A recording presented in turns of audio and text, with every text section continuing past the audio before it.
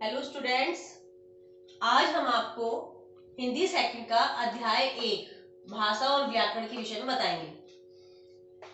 सबसे पहला टॉपिक है हमारा भाषा। भाषा क्या है, इसका हम किस चीज में इसका प्रयोग करते हैं? तो देखिए, भाषा भाषा वह साधन है जिसके द्वारा मनुष्य अपने विचारों का आदान प्रदान यानी कि देना और लेना करता है तथा दूसरों के विचारों को समझता है।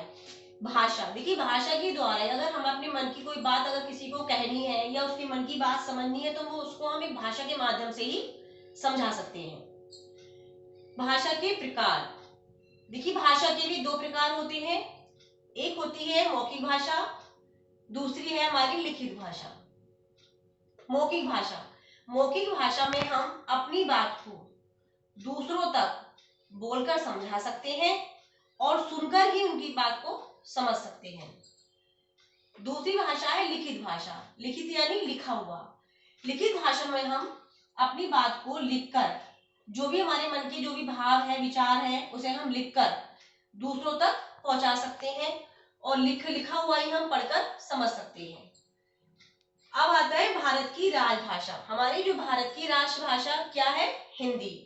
तो भारत की राजभाषा हिंदी है और हिंदी दिवस 14 सितंबर को मनाया जाता है।